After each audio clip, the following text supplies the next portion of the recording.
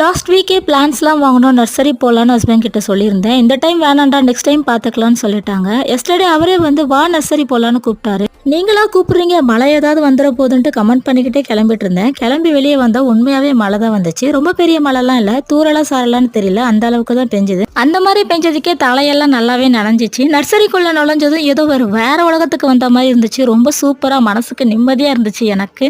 என்னடா நம்ம கூட வந்த சின்ராஸ் ஆளையே காணும்னு பார்த்தா குட்டி குட்டியா இருக்கிற இண்டோர் பிளான்ஸ் கிட்ட போய் ஏதோ பார்த்துட்டு இருந்தாரு. சரி, நானும் அந்த பக்கம் போய் எனக்கு பிடிச்ச மாதிரி கியூட்டா இருக்கிறத பார்த்து எடுத்துக்கிட்டேன். நாம எடுக்கிறதெல்லாம் எவ்வளவு அழகா கியூட்டா இருக்குது. ஆனா இந்த ஹஸ்பண்ட் எடுக்கிறத மட்டும் நல்லா கரடு முரடா பார்க்கவே கொடூரமா இருக்கதா சூஸ் பண்றாங்க.